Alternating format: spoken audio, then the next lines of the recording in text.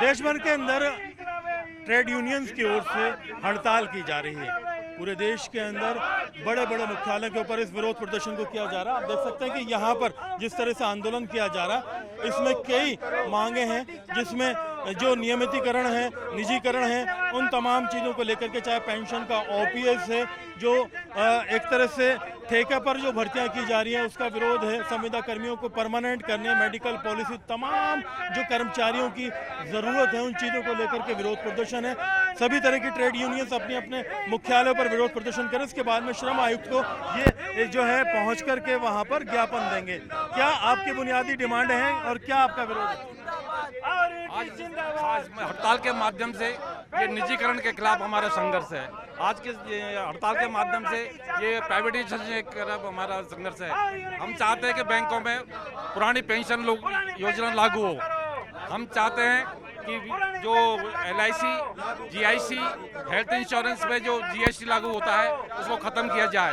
बैंकों में ग्राहकों के खाते पर जो मिनिमम बैलेंस के नाम पर अपने शुल्क, सेवा शुल्क के नाम पर जो शुल्क वसूल किया जाता है वो ख़त्म किया जाए।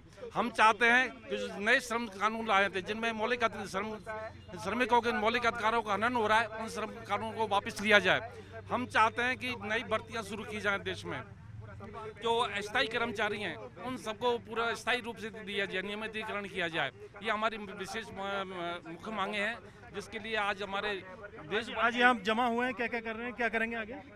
यहाँ तो सर यहाँ हम जमा हुए हैं अपना जो रोष प्रकट करने के लिए जमा हुए हैं, क्योंकि बैंकों में ना तो कोई PN है ना चपड़ासी है। कोई भी कस्टमर आते हैं तो उनको हम सेवा नहीं दे पाते। कस्टमर इधर उधर देखते रहते हैं, स्टाफ भी नहीं है, क्लरिकल स्टाफ भी नहीं है, ऑफिसर पीछे बैठे रहते हैं। एक एक ब्रांच में एक एक क्लरिकल है। ना तो हम कस्टमर को सर्विस दे पा रहे हैं, ना बैंक का काम बढ़ा पा रहे हैं।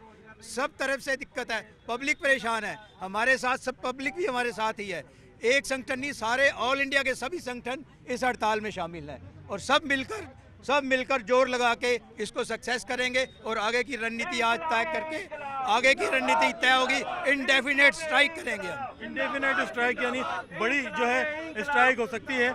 आगे क्या रहेगी तैयारी? सर आगे हमारी तैयारी है, अभी लेबर कमिश्नर के ऑफिस में हम जाएंगे, अपना ज्ञापन देंगे सर वहाँ पे। ये जो हमारी हड़ताल है आज जिन मुद्दों पे है, एक तो हमारी भर्ती, बैंकों में जिस हिसाब से बैंक का बिजनेस बढ़ा है उस हिसाब से स्टाफ की भर्ती नहीं हो रही है। बैंकों पे काम का प्रेशर बहुत है।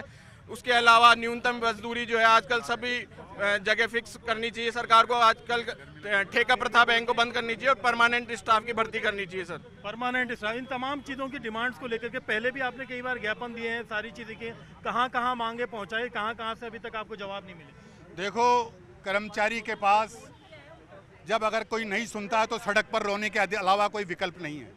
इस देश को गांधी ने लोकतांत्रिक आंदोलन करना सिखाया है। हम गांधी के देश के मजदूर हैं और गांधी की नीतियों पर चलते हुए लोकतांत्रिक आंदोलन कर रहे हैं। सरकार से बार बार अपील करेंगे, बार बार आह्वान करेंगे, बार बार आगाह करेंगे और विश्वास करते हैं कि ये सरकार देश के श्रमिकों की बात को सुनेगी और संसद में विधि सम्मत कानून लाके देश के ट्रेड यूनियन के अधिकारों पर जो सुधार के नाम पर परिवर्तन किए गए उनमें संशोधन करेगी, बैंकों में भर्ती करेगी, OPS पेंशन लागू करने पर विचार करेगी। और जब भी हड़ताल का आह्वान होता है, भारत सरकार की लेबर मशीनरी के साथ बैठकर वार्ता होती है, तो वित्त मंत्रालय और लेबर मिनिस्ट्री आज के हड़ताल के मुद्दों पर गौर करके समाधान करेगी, ऐसा हम विश्वास करते हैं। आगे कोई तैयारी? आगे की तैयारी केंद्रीय संगठन तय करेंगे, उनके निर्देशों की पालना हम करेंगे। तो अभी आप देख सकते हैं कि सभी तरह की सेवाओं का असर है। यहाँ पर सभी कर्मचारी जो हैं वो विरोध में हैं। ये श्रम आयुक्त कार्यालय भी पहुँचेंगे और फिलहाल एक बड़ा अपडेट ये है कि ये जो तमाम संगठन हैं जिन बुनियादी मांगों को लेकर के लगातार अपना ज्ञापन मांगे आगे पहुँचाते हैं, उस पर जो है कोई एक्शन नहीं होने के बाद में आंदोलन पर आ गए हैं। और कई तरह की सेवाएं आज बाधित रहेंगी, जिनमें बैंक से लेकर के बीमा से लेकर के रेलवे, डाक और कई बुनियादी डिमांड इसके अंदर शामिल है। फिलहाल आप देख सकते हैं कि जिस तरह के हालात हैं, इसमें बड़ा विरोध प्रदर्शन है। ये विरोध प्रदर्शन आगे कब तक जारी रहेगा, आगामी जो रणनीति है केंद्रीय संगठन इनका तय करेगा। कैमरा पर्सन अविनाश के साथ में अरबाज अहमद, न्यूज़ 18 के लिए जयपुर से।